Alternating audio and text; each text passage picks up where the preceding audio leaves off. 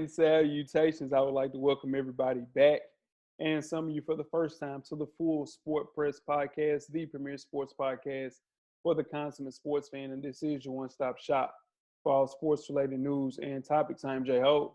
It's your boy Big. You cut yourself off, Jeff. I did. I don't know what happened. It's your boy Big Jeff. Weezy in the building. Say what's up, Weezy. What's up, y'all? What it do? What it do? What it do? What it do? What it do? Coach Lock back in the building. Say what's up, Cav. What's up? What's up? What's up? Everybody all right? Good, man. Good, man. What's up, man? Yes, sir. Quarantining. Hey, listen, man. We about to get back in that studio soon, dog.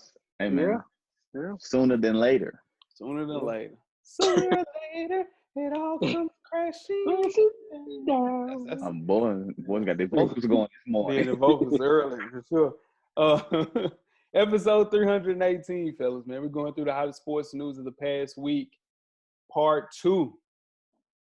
FSP style. Always FSP style. Better damn know it. Better damn believe it. Man, for sure. Let's kick it off. Best of the week, Lock. What you got? Man, I got two actually.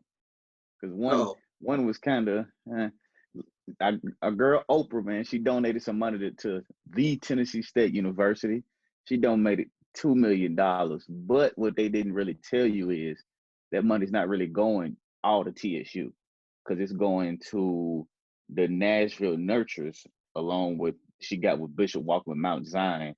That's going to provide meals to more than 10,000 families in Nashville. So it's not actually all going to TSU, but it's TSU in the area.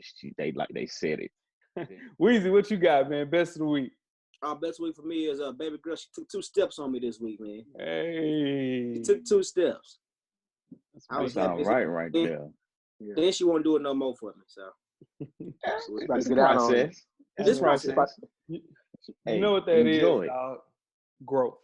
Yes, right. That's what it is. Bro. Be glad she ain't gonna do it again yet, because once she start doing it, it's all over the place. Dead man walking. Yeah. Jeff, what you got? Man, all the other Bulls players speaking out on the inconsistencies of the last dance. That's been this whole week. Horace Grant, Craig Hodges, B.J. Armstrong. The list goes on. Just poking holes and paws in what Mike was talking about. It's been a good week for me. Real good. They going at him. I mean, at the end of the day, it's Mike's documentary. He can omit and add stuff as much as he wants to. And if they want to put a documentary together, by all means, they have the wherewithal to do so, man. It's nuts. With no cameras and no footage. 100%. My best of the week is just congratulating all the 2020 graduates, including my own nephew, Bryson. This class definitely will go down in history as the first quarantine graduating class for sure. So embrace this, enjoy college, man. Bryson, I know you listen, man. Love you, man. And figure it out, man. Figure out a good space to go and definitely go to school for free. Student loans are trash. Woo. Shout Enjoy out to B, these man. years. Shout out to B.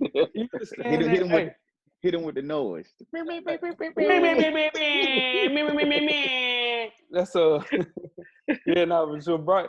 Bryson is a grown man now. You know what I'm saying? His voice deep. It's crazy. It's crazy, man. We're getting old, coach. Worst of the week, Weezy. I know you got something good. What's your worst of the week? No, my worst of the week is I'm going back to the Jordan documentary. Evidently, man, none of his teammates had his phone number to call him and be like, "Hey, what you do? What we're not going to discuss in this last dance?" Nah, yeah, you can't call Mike. That's like trying to call Jay-Z. You gotta call somebody that call somebody. Let's think about that for a second. He won 6 championships. He won pretty much 3 or 4 with this same group of people, and none of them can call him on and say, "Hey man, what you gonna talk about in this documentary?" They can't call Jordan. It's a different conversation, man. You know what I'm saying? Some people you got to call to get a call back, for sure. God, that's rough, man. Is he as bad as the other Mike? Mike Jackson? Yeah. Man, I guess you dead, coach. What are you talking about?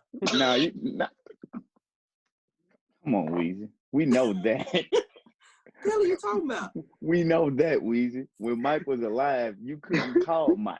I want nobody calling Mike, coach. Nobody can call Mike. Ain't nobody calling Mike. We don't want to know what Mike got going on. We don't want to. 100%. Just drop the music, Mike. Just drop the music. Yeah, I ain't calling Mike. Nah, hell nah. Jeff, what you got? Worst of the week. Worst of the week, man. So good thing is Nashville's moving to phase 2 with the quarantine, so stuff is opening up. My barber's opening up. Uh-oh. I don't know if I'm ready to do this or not yet, man. I'm just not. I don't know. So Jeff, that's my wait worst it of out. the week. Wait it out, Jeff. Yeah, I'm trying, but Man, wait I it got. out. That's all I'm gonna say. It's my worst Yeah. of the week. No. Sure. I'm Like, not what ready you to go to got? the barbershop too, Jeff, for real. I'm itching to go to the barbershop. Bad. I understand that. I Bro. ain't even itching. I ain't got used to it now. Other than That's this what I'm saying. It's just Take your hat He off. said- Let's see. Take he your hat sent off so you that get text. used He to sent it. that text to me and threw me off though. Oh man, y'all out of control. Worst of the week, Lock. What you got? Man, 4-star Oregon signee Luke Hill arrested for attempted murder, man. Come on, Lock, man. Now you back to your. Come on. No, did nobody even get shot? You mean, Attempted, did yeah. nobody even get shot? He tried. He tried. You know Though. what I'm saying? Attempted. Yeah, He tried. he tried. He definitely tried, but it was over his ex though, and it was with a kid. It was with a kid he went to high school with, another player that was going to play basketball at Rhode Island. That's who he was shooting at, because the kid from Rhode Island, his name is Ishmael Leggett, was dating his girlfriend.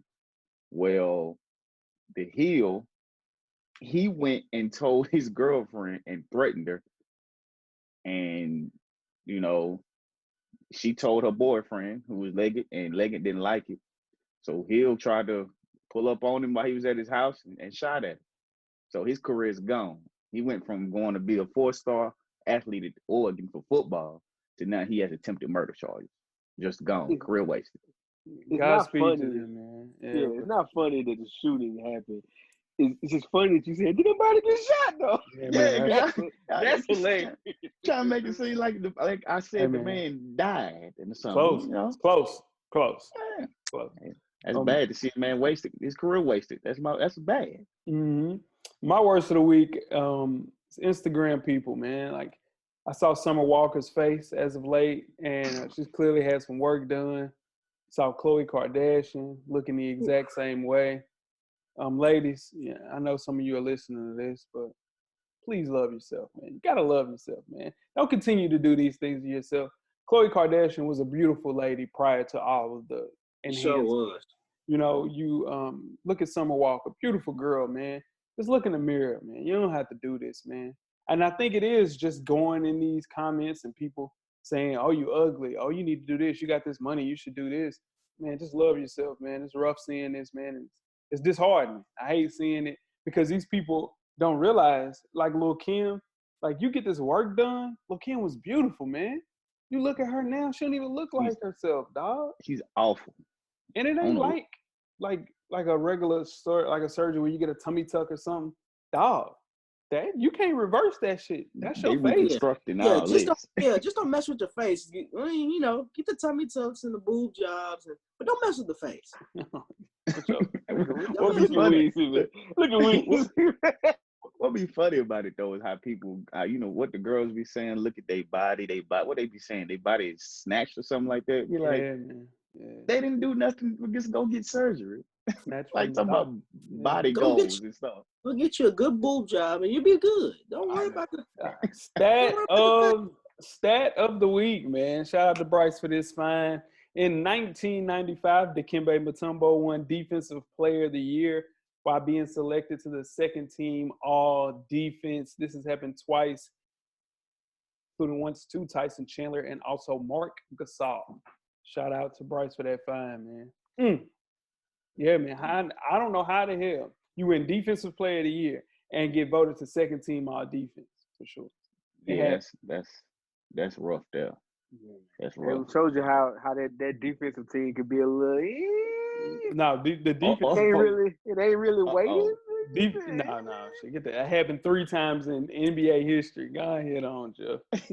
Charles, now make sure you check out on iTunes, Facebook, IG, Google Play, Stitcher, Spotify, Beyond Pod, YouTube, and of course the SoundCloud page to catch up on prior episodes of FSP. How do you do that? Just search Full Sport Press Podcast. Then after you do that, make sure you check out the On Day TV Hip Hop Podcast with Animal Brown and Sprite Blue every Wednesday. The latest issue is up right now. The Future How of Life review. Have you guys checked that out? I have not, man. I ain't even checked out the album, so I try not to listen to the show if I haven't listened to the album because it can sway me another way. So I gotta check out that album. Man. Not a big fan of Future's albums. I like his features, so I haven't checked it out. Not excited about checking it out either. It's 20 songs. It's too long, Paul. It should. If that album was 13 songs long, that'd be a real. And On Day kind of covered this in the show too. Spoiler alert, sorry. But if it was 10 to 13 songs, that'd be a great album. But 20 songs of that, man. Woo. It's a typical Future album. It's not horrible, but it ain't great. It ain't great. I haven't finished the album. It's okay so far, and that's why if I do listen to the show, I listen to like the first half of it. So I didn't kind of listen to the beginning of it, and then right when they started going to review, I cut it off because I hadn't finished the album yet. But it's okay so far. It's nothing to write home about. Most definitely, man. Shout out to the guys, man. Fresher Than Your Average, man. Feature myself, my dog, Animal Brown is a self-help fashion podcast directly related to improving everyday fashion. We had our last IG pre-show for season 1 for our YouTube exclusive Can't Leave Home Without. Drop Friday night featuring Sean Wash. Shout out to Wash. Simply search youtube.com/RealVille Media. It's up right now directly for the culture. Where your kicks? Cop responsible. Sean Wash had a good little episode, man. That was a good look. Yeah. Good Wash right there. Yo, Wash, man. Wash is the Renaissance man. We gotta make sure Wash. You know, a lot of people. I do a lot of streetwear. I'm not a bespoke guy like my man's. Yeah. A lot of the stuff he put me on game with because I don't pay any attention to a lot of that stuff. More streetwear stuff for me. So he could be beneficial, man, for people that's in that lane for sure. Shout out to Wash, man. He did a good job. Berets and Birkenstocks, baby. Berets and Birkenstocks. Drop top stocks, man. For sure. Yeah. Wash is right though. You gotta have those good timepieces though. Like you know what I'm saying? Yeah. You gotta have good timepieces like that, man. That's very underrated. It's very underrated in today. Telling you, man. That's a mighty fine timepiece you got there. Mighty fine. Mighty fine. Well, they gonna catch that one, Weezy. I caught it. I know we did. I'm talking about the listeners. So they gonna catch that right there. Saying, nah, hell nah. They too young. They still listening in the future. Jeff, you got 10 good wrestling seconds. Oh yeah. Let's start the clock. All right. So it's been a sad week in the wrestling world. This week we lost former WWE superstar Shad Gaspard. Shad was a member of the tag team Crime Time. I don't know if y'all remember Crime Time. They had the millions of dollars. Nah, that was not the millions of dollars then. But they had the stick where they were like rappers, Crime Time. It was a little iffy, but you know, still it was a thing at one point. But Shad was a great guy, man, and he was swimming with his son in Venice Beach, and they got caught up in the current. And during that time, the lifeguards and things like that came out to rescue them. And Shad told them, "Save my son first." Within saving his son, he got submerged in a wave, and here we are later on this week. So his body washed up on. I'm not gonna go into all that, but R.I.P. to Shad, man, he's a good guy. It's a video that you will find here shortly on the 808s and Chair Shots Instagram page through Church Chambers plug of Shad celebrating with another African American wrestling MVP last year when Kofi Kingston won the championship at WrestleMania. That was, it is wrestling, it is scripted. But if you know how long it took for actual black man to win the WWE championship, you would see why they were emotional as they were. So that's a dope video, and it shows you what kind of person Shad was. Man. So RIP to him. That was the guy that they did. He was a technical part. The guy they did on the show that's on Vice right now, right? Was that his partner? No. You come out New Jack. Now New Jack is a little older than them. Okay. Shad was he was a body double for Terry Crews in a couple of movies, and he was the guy that was on TMZ, I think maybe 4 years ago, who stopped the armed robbery in the gas station, snatched the gun from the dude, held him down till the police came and all that. And Shad was that kind of guy. So I do remember that video. I remember that. Shout out to Shad, man. Sure. Shout out to Shad. Most definitely. Damn, Jeff, you brought the mood down there. Tweet us with questions. You pulled a coach a lot. Tweet us with questions throughout the week at Full Sport Press. Don't forget to comment. Give us a thumbs up or a thumbs down on the YouTube page. On the iTunes page, please rate and subscribe. And more importantly, don't forget to tell a friend. To tell a friend. Tell a friend. To tell a friend. That the Revolution will be podcasted. And before we get started the first half, Weezy, do you have a Yellow Box Award recipient? I do, man. This week award recipient is Fox NFL analyst Jay Glazer. Here we go. For sure. You put some spice in it. I see you, Weezy. Jay Glazer was on Twitter doing a Q&A and responded to a fan's question. The question stated, and I quote, if and when Drew Brees retires this year or the next, is Taysom Hill the future starter, or is this just a smokescreen? Now, end quote, that's a reasonable question. You know what is not reasonable? Jay Glazer's response. Glazer said, and I quote, Taysom is a bigger Lamar Jackson. No, it's not a smokescreen. Sean Payton likes him that much. He'll be the guy. End quote. Now, you are comparing the third-string quarterback of the New Orleans Saints, who couldn't even play when Drew Brees went down, to a person who's only second person in NFL history to be unanimously voted MVP. I guess what we're doing, like that's a cold take. If he's that good, why is Jameis the backup? Why did they bring in Jameis Winston? They didn't bring him to be a third-string quarterback. They brought him in to be the backup. Come on, man. Sean Payton is not benching a guy that's capable of winning MVP, man. Come on. Man, he trying to get clicks, man. He trying to get attention. He trying to get some more He's followers. 31 years old. About to be 31 years old, right? Like, Come on, man. what are we doing here? Come on, man. Yeah, y'all know what we're doing. I mean, don't get me wrong. Taysom Hill is super athletic, but he ain't no Lamar Jackson.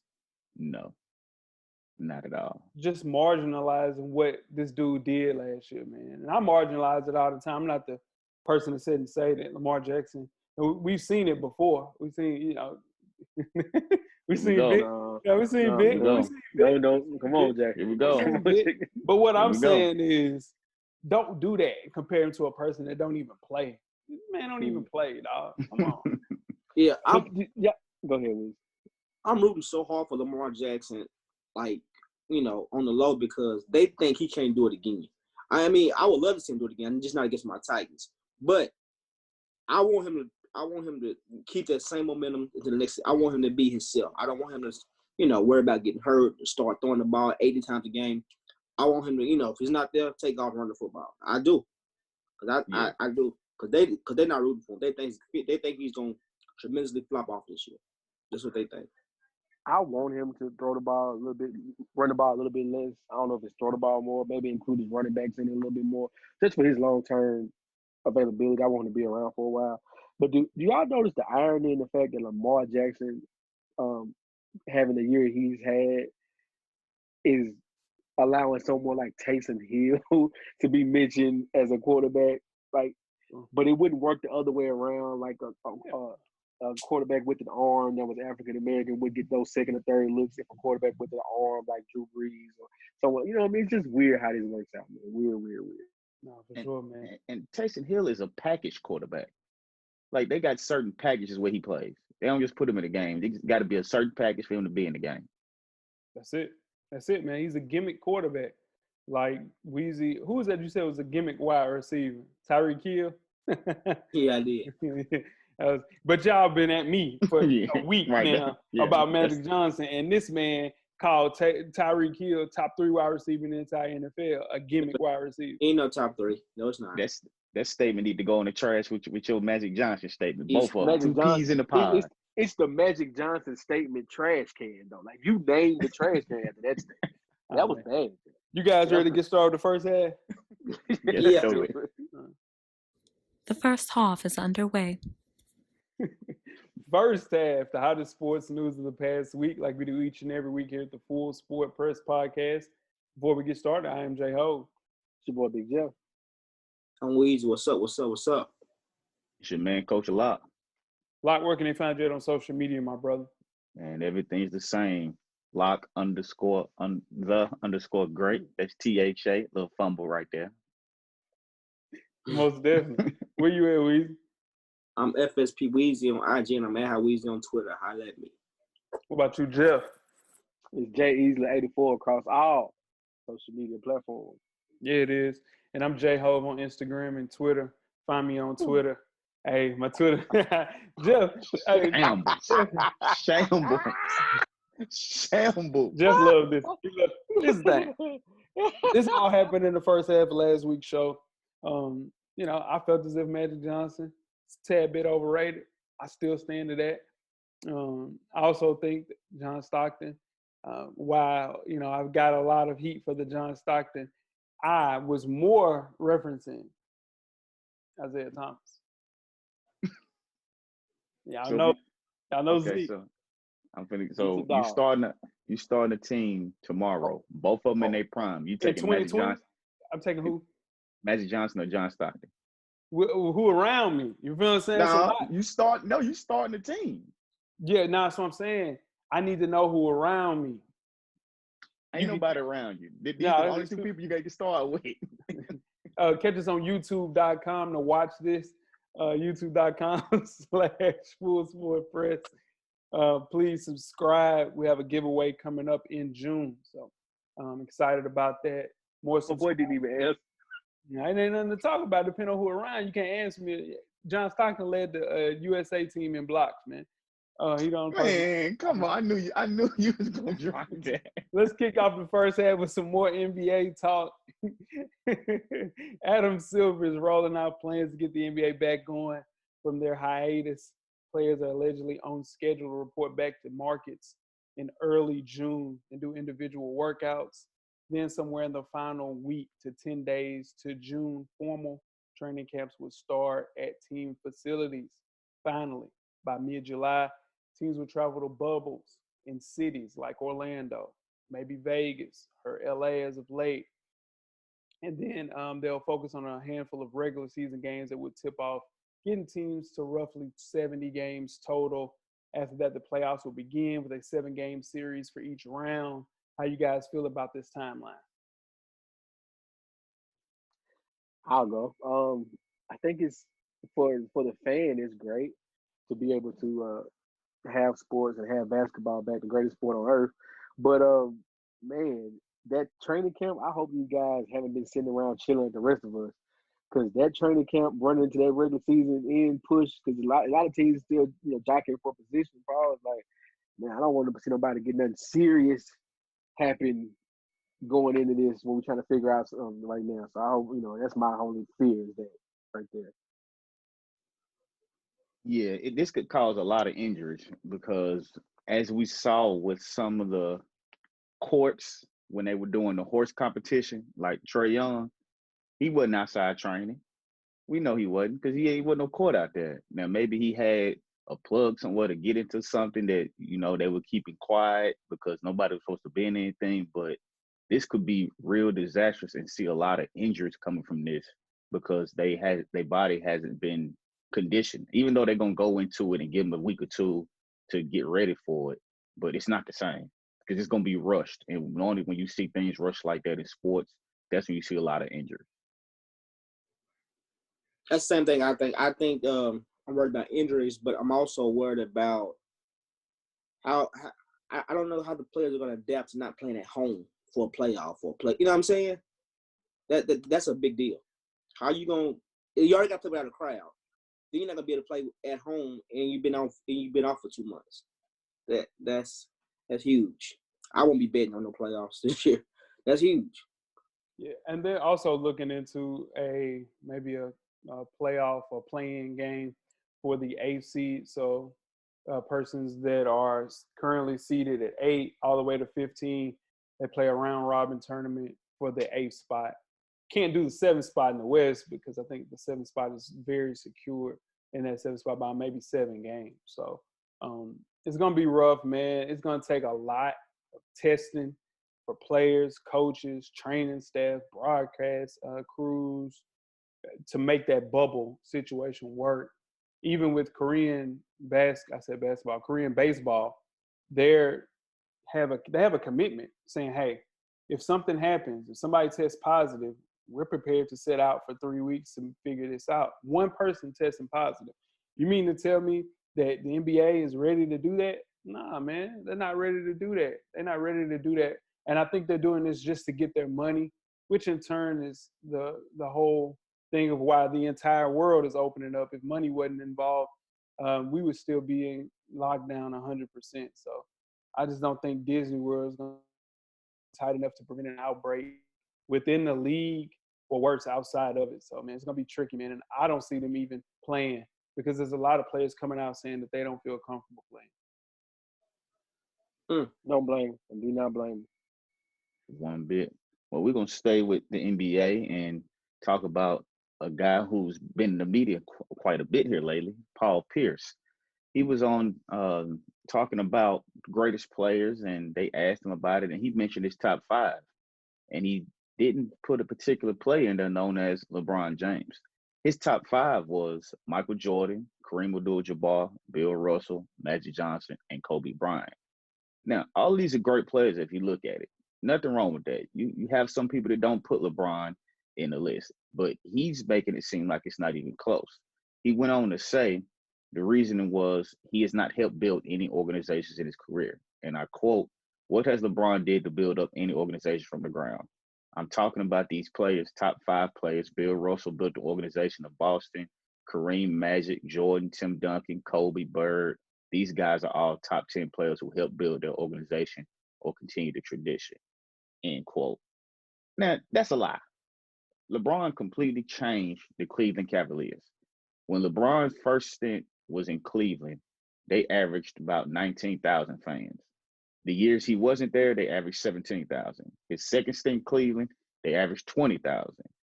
The money that he brought into the city for the organization was nuts. When he was first got there in 2003, they were worth $220 million. In 2010, when he left the first time, they were worth $476 million. When he went back, it had dropped down to $355, and by the time he left the second time, it went up to $1.3 billion. So, Really? and he bought him a championship. Yeah, man. Paul Pierce is. Listen, he doesn't like LeBron James because he prevented him from being a superstar in the NBA. And it happens, bro. Just like Karl Malone doesn't necessarily like Michael Jordan. You triple down and say he's not even top 7. And it's deep-rooted, man. It's super deep-rooted, man. I can't think of 6 or 7 players better than LeBron James. And that's a tough task right there. Like, Paul Pierce is wild. And his career's not even done. LeBron's still playing, dog. He might end up being the all-time leading scorer in NBA history. How in the hell? No, bro. That's that. And come on now. And LeBron got a better record than him in matchups. He's 35-34 against him, 4-2 in the playoffs, and 17-13 overall in the postseason. So he owns you too, and that has a lot to do with it, man. Just being in a situation where a player has gotten the best of you, it happens, man. The things that Paul Pierce says now, he got to realize that he's working on his second career after basketball with this NBA analyst thing, and now he has no credibility from me.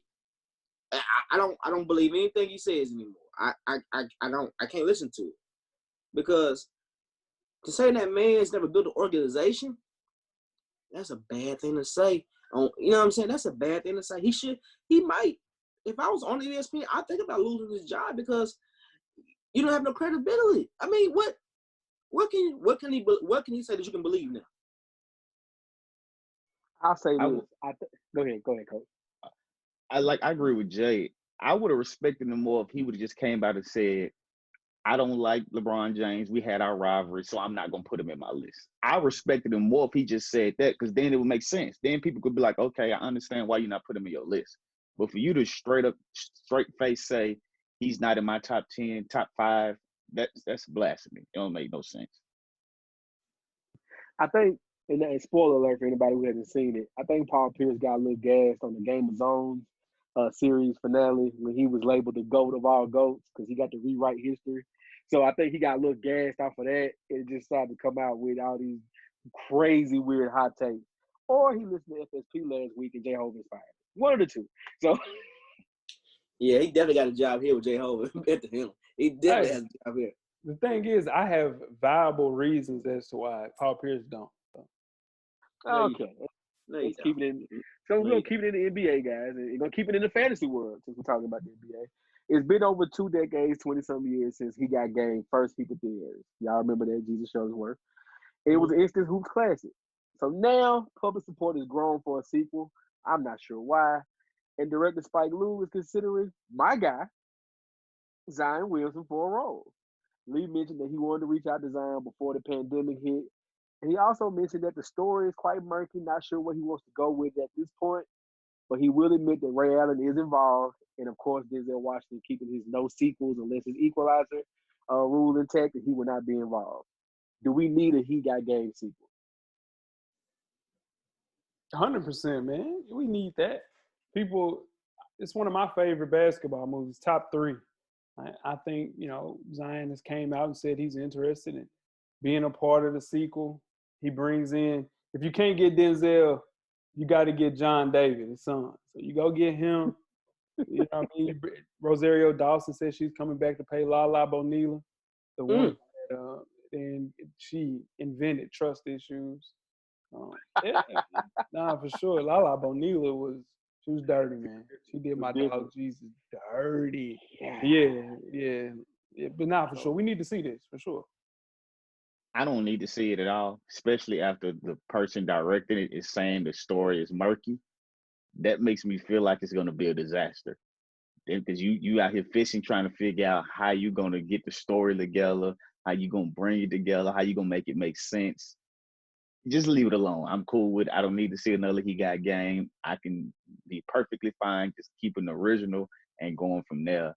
I don't need to see him 30 years later, older, and I just don't need to see it. I'm good. I'm cool. I'm passing. See, and I'm not really a huge movie person, but I'm speaking on the huge movie heads that I know. They don't want to see this. They don't want to see it. They don't like remakes of movies that burnt the child. They don't want to see this. Hold on. You can pick up where he left off. He went to big state. Getting in a situation where Zion is his mentee. I'm telling you, Jay, because they're not gonna keep the same storyline. It's not gonna be the same kind of that. They're not gonna like it, man. I like it. I do have an idea of how they can do this. Because it's 20 years ago. That means they're gonna have to push it back a couple of years. But let's just say Lala got pregnant by homeboy, the dude she cheated on him with, and the son is a basketball prodigy, and she reaches out to Jesus for help because he's making some of the same mistakes. That could work. Yeah, a little daytime TV-ish, but if they do that right, that could work. Because you can't have Jesus out there playing basketball because he was at Big State 25 years ago. It don't work. It ain't gonna work. That ain't bad, Jeff, but I don't need to see that. I mean, that's the only way it'll work, though. That's the only way I can see it being done. Like, something got to be a weird Tyler Perry twist. Zion don't even fit the mold of a Jesus Shuttlesworth-esque type of person. It would have to be somebody like that's a wing, man. Like, dude, Zion, what is that? That's super illegitimate kid right there. That's what I said. She didn't have it by Jesus. She had it by the dude, my man with the drop top. On him. The Asian dude, Dirty Derek. I think his name is Derek. So if you keep up with the New Orleans Saints, you know who Sean Payton is, and he's doing little things differently. And I'm not talking about what his play calling. When Sean Payton coaches his football games in the NFL, if you notice, he wears Jordans.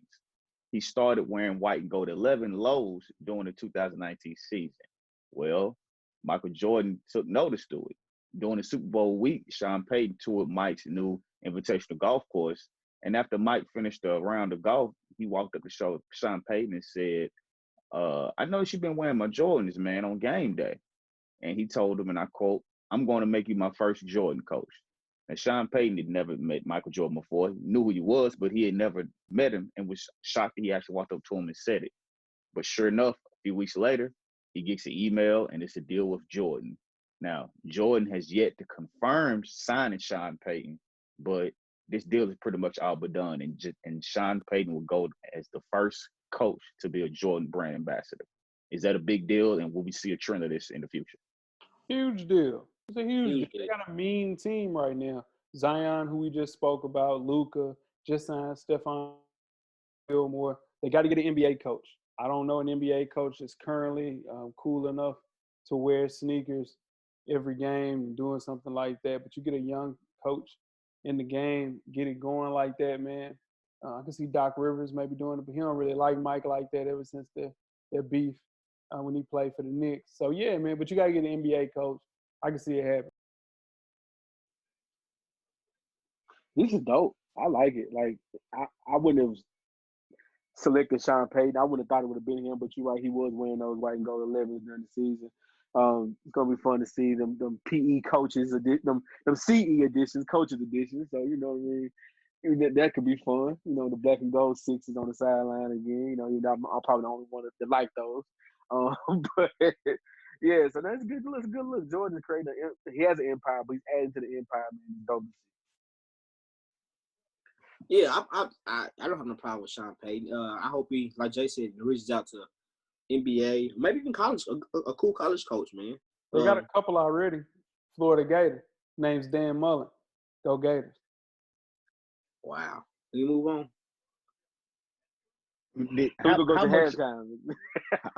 How much did Michael Thomas play in this role? Because he's a Jordan signee. You know, he's sponsored by Jordan, and he plays for the Saints. So do you think he had anything to do with that? He might have had something to do with Sean Payton getting the shoes. Like, he seen what Mike Thomas had, and then he probably, gave him a pair or something like that. And then Michael Jordan probably picked it back off of that. Sean Payton was just right place, right time. Right place, right time. That's all it was. Hot coach. Hey, World Cup of Jordan, right place, right time. That's how it was. Because coaches been wearing Jordans. I've seen a lot of coaches wear Jordans, especially college football coaches.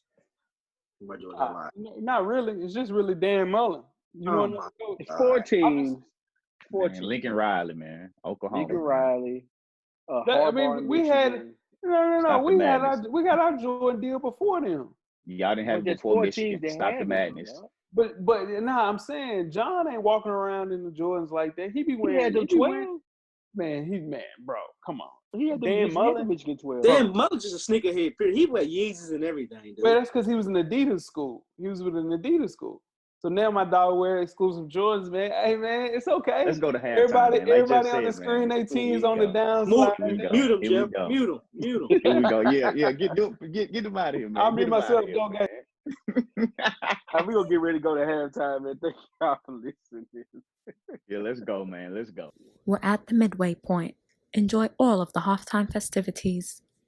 Halftime, in case you missed it, former NBA star Gilbert Arenas has quite a story to tell. Arenas, who lives in Southern California, says he regularly plays the Mega Millions lottery game like Weezy. But recently, while going to get his numbers at his usual gas station in Calabasas, shout out to Drake, he was low on gas and forgot all of his cash except for $10. So he went to a different station where he encountered a homeless man asking for change.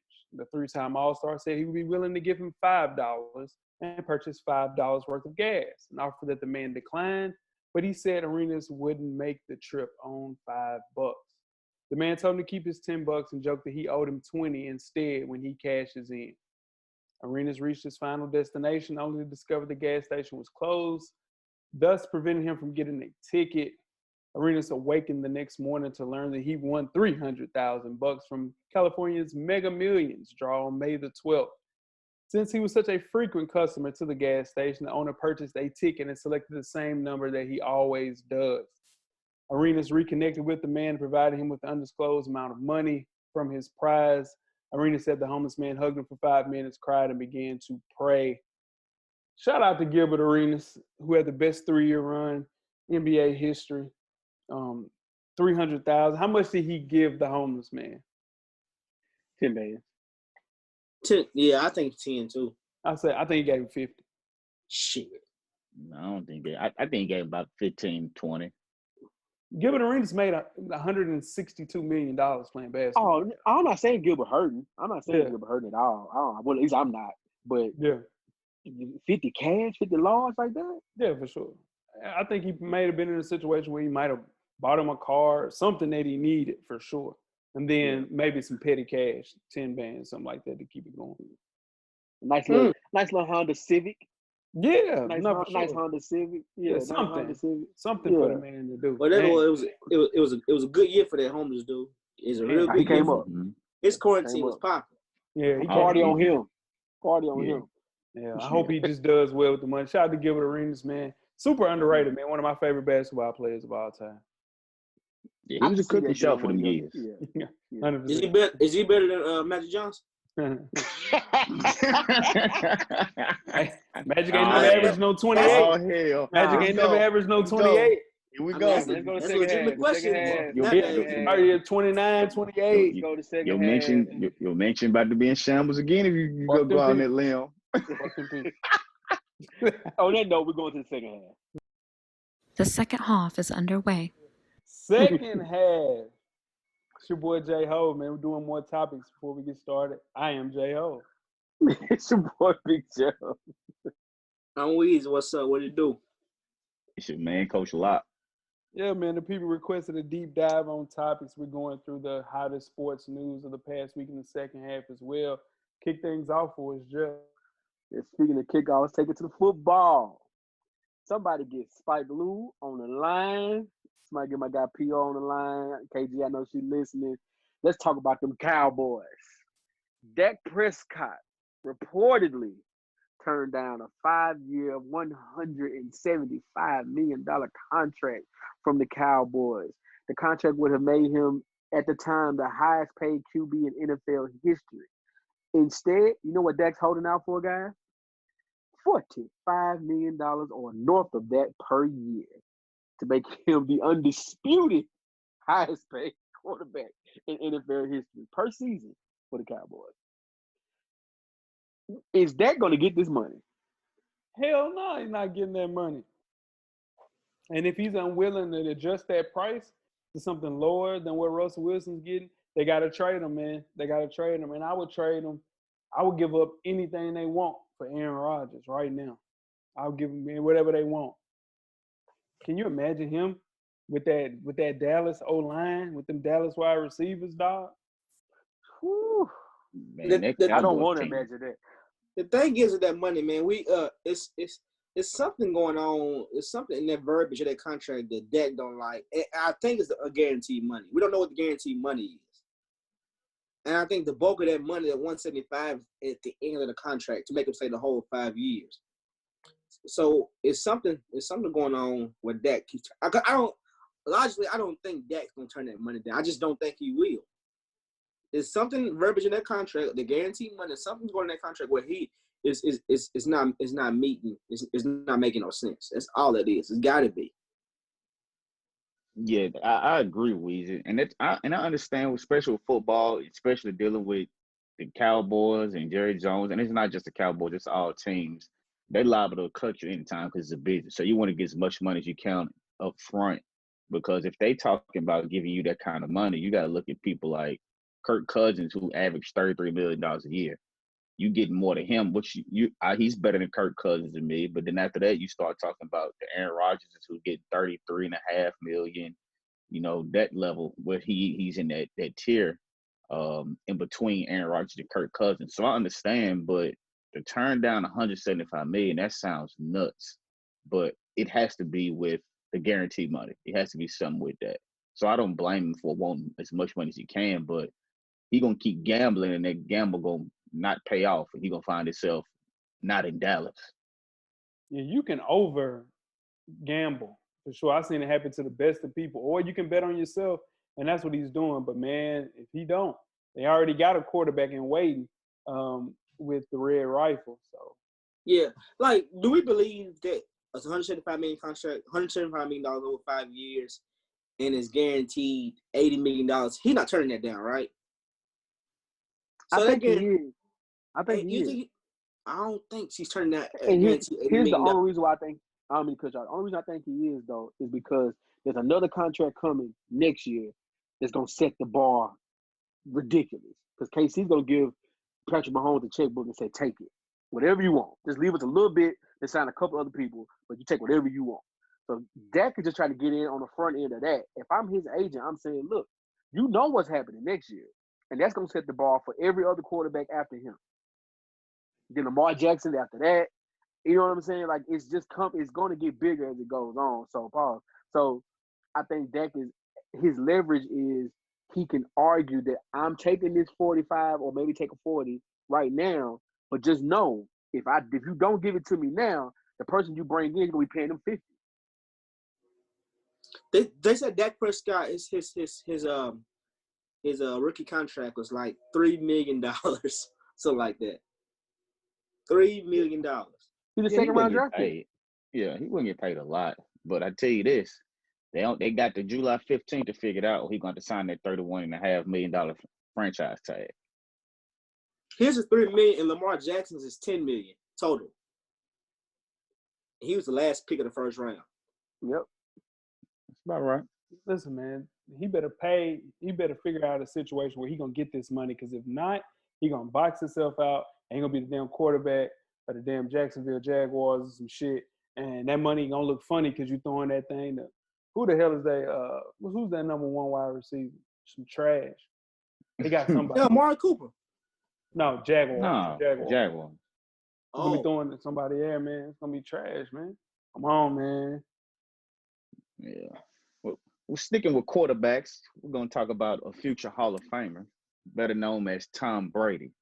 Now, with ESPN enjoying success of the Michael Jordan Last Dance doc, they're gonna go for a repeat.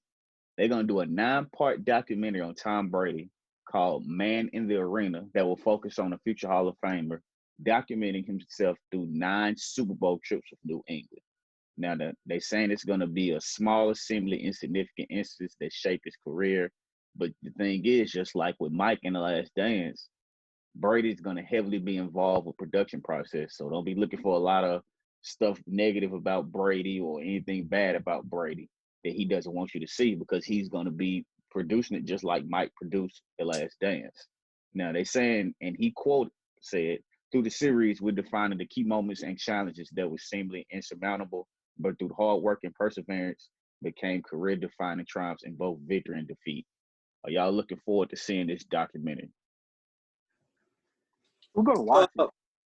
Definitely going to watch it, but I've had enough of these self-serving documentaries. The 10-part Jordan one was enough. Like, let's move on. No disrespect. Let's wait till Tom Brady. Let's wait till he's missed a little bit. You know what I'm saying? And then when he don't have a lot to do with it, and then let's do this, because it's self-serving. It leaves out some of the stuff. And I get it. You're producing it, so you're not gonna make yourself look bad. Totally understand. But nah, I'm good. Yeah, I need to miss Tom Brady a little bit before I see this 9-part documentary, because over the last 10, 15 years he's been Mr. NFL. He's always been in some big time playoff game or a Super Bowl. You know what I'm saying? So I've seen a lot of it. We heard. I'm sure it's not going to be a lot of the cheating scandals in there, or he going to make sure it's not going to be a lot of his home life. It's going to be about a bunch of his eating habits, something we already know that we think that makes him great. I think they need to dig some dirt up on him first, and then I'll be interested. Yeah, I think 100%, man. I agree with everybody, man. I think he needs to push this back until he retires. His story, just like LeBron James, is still being written. And I think I'm suffering 100% from Brady fatigue. Too soon.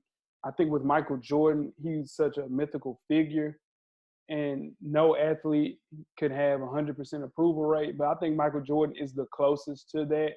And for many of those reasons, I think Brady doesn't have that type of popularity within fans. He's basically lived his entire career like trying to force himself out of headlines. And part of that is the Patriots and everything that goes on from there. Stuff that goes on in Patriotville, man, it's kind of like some movie shit as well. But I think with Tampa, we'll get to see a little bit more of a looser Tom Brady. And I just don't want it to happen in 2021. This at least needs to be 5 years after he retires, man. I don't want to see it in 2021 at all.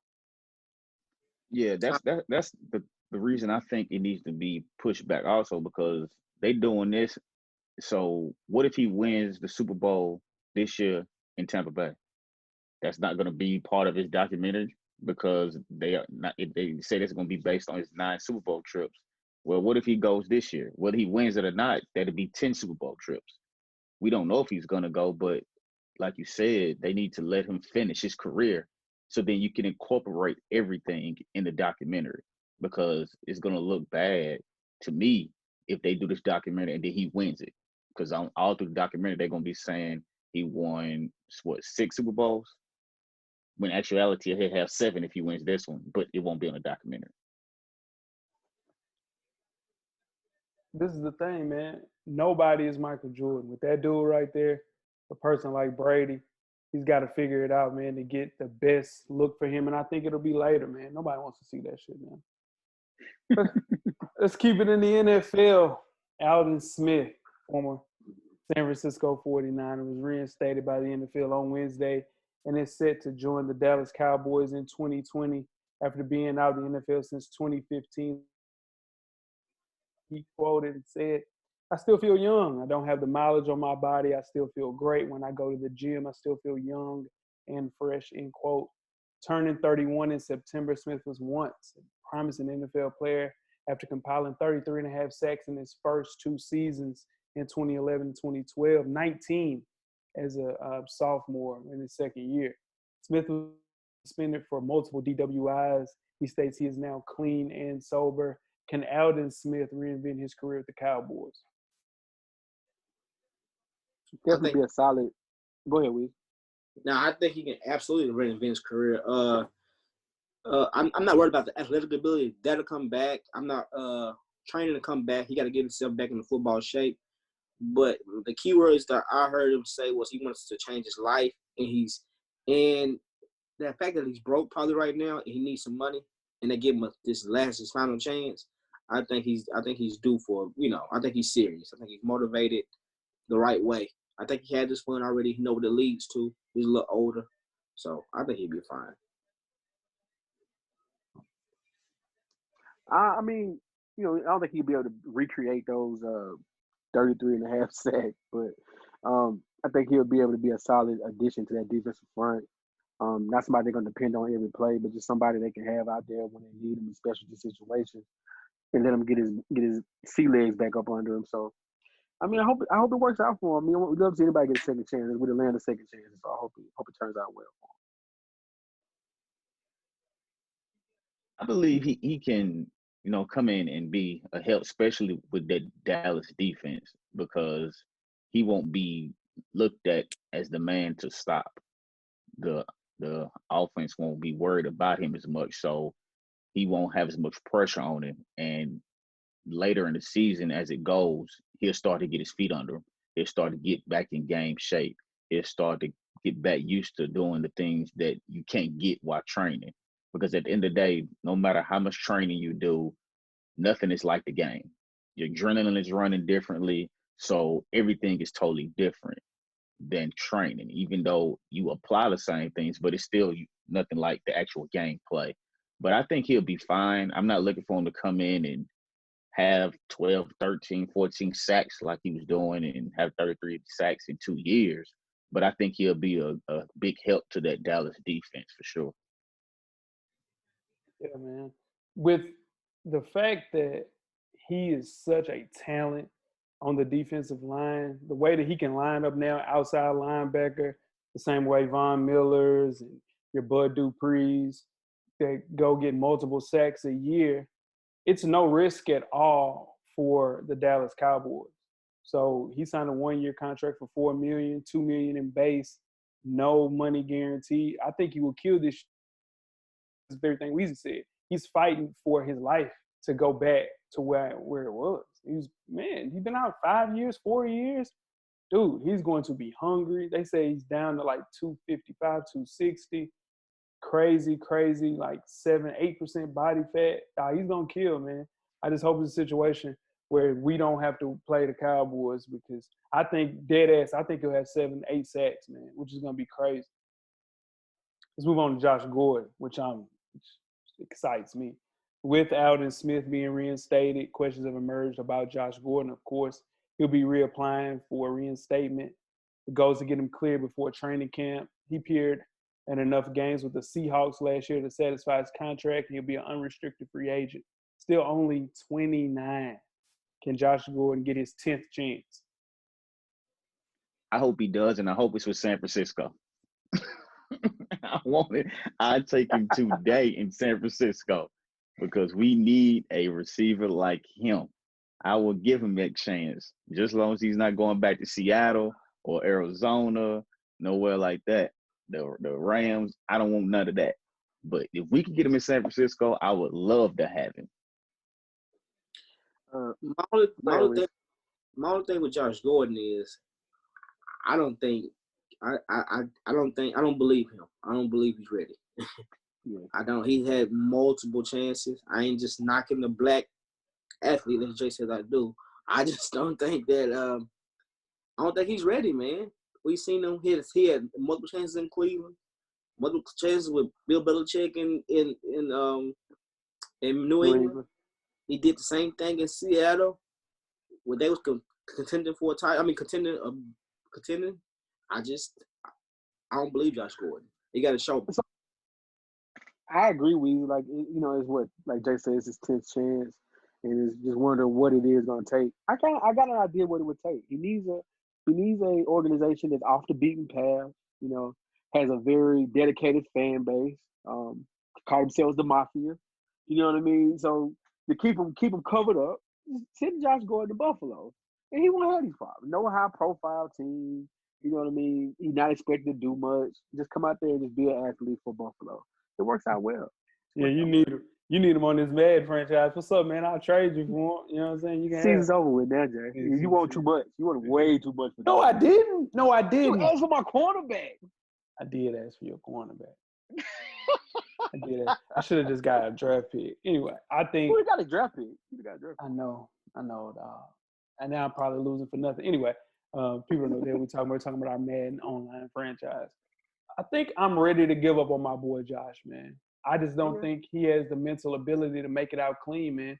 He needs a break very similar to what Alden Smith went through. I think he feels entitled. I think he needs to be taught a major lesson, and reinstating him would only add to that entitlement that he carries around every day.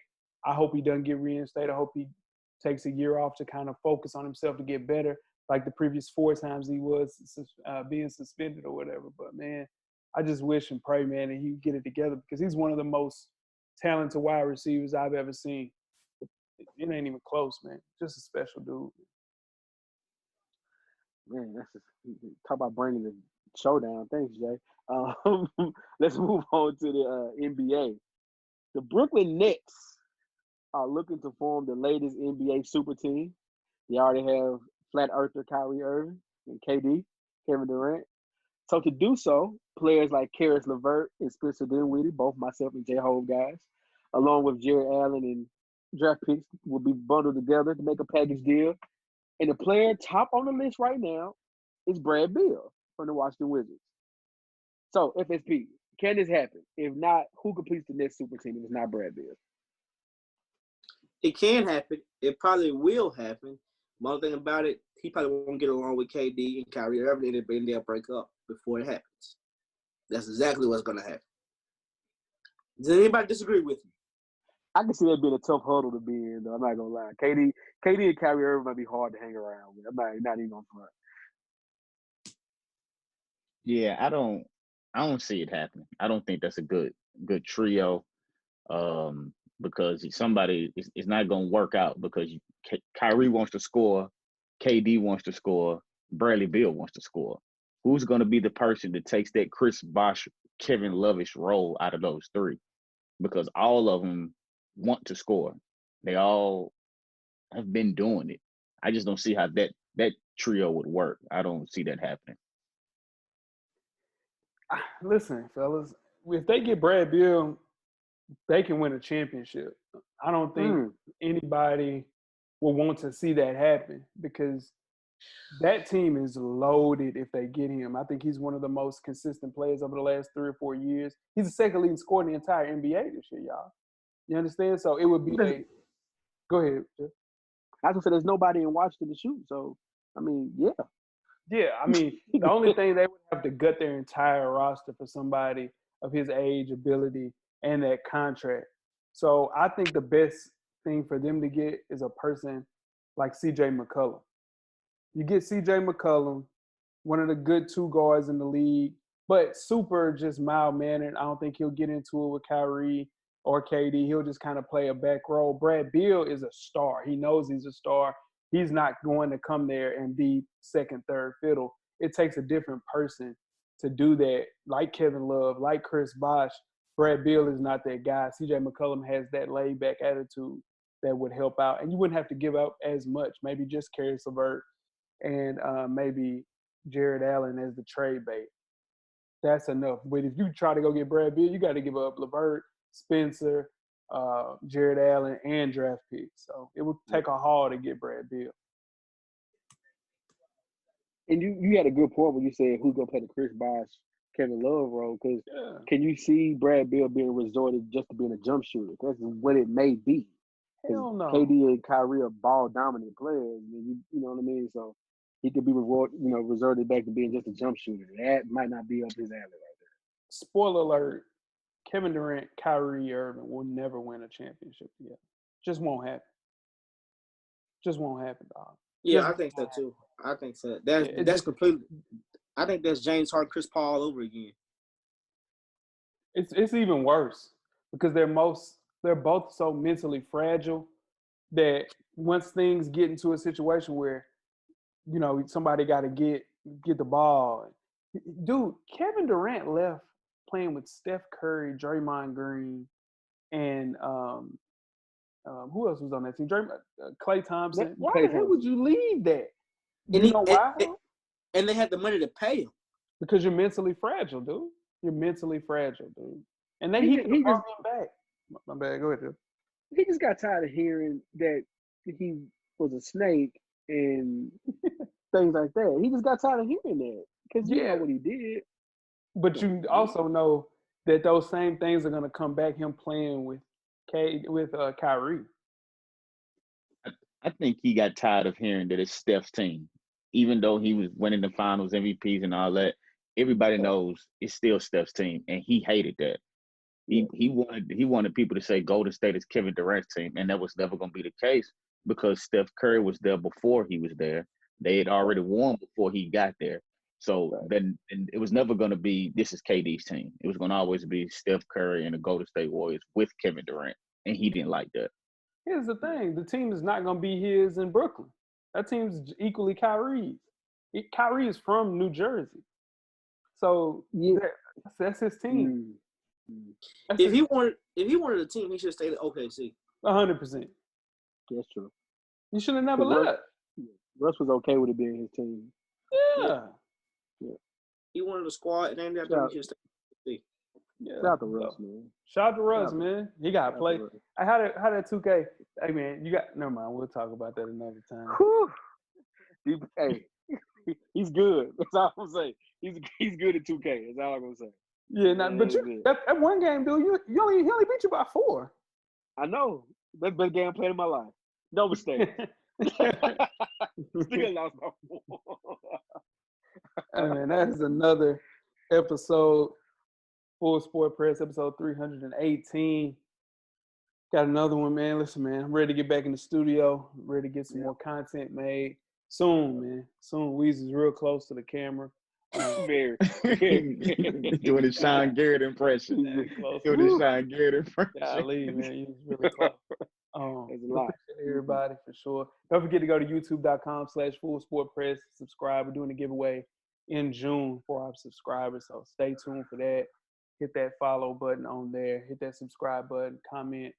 We got to get that going for sure. Most definitely. Definitely. The tweets with questions. Yeah, it's a good space right there. You good right there. Tweets with questions throughout the week at Full Sport Press. Don't forget to comment, give us a thumbs up or a thumbs down on the YouTube page.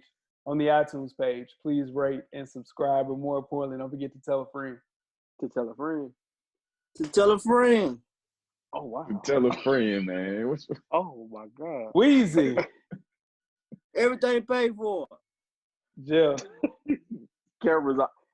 That's the definition of cameras always being on. Yeah. Coach Lock. Get a drummer song. The revolution will be podcasting, man. Cameraman, we out. Life moves pretty fast. If you don't stop and look around once in a while, you could miss it. Thank you for listening to the Full Sport Press podcast. And don't forget to tell a friend to tell a friend.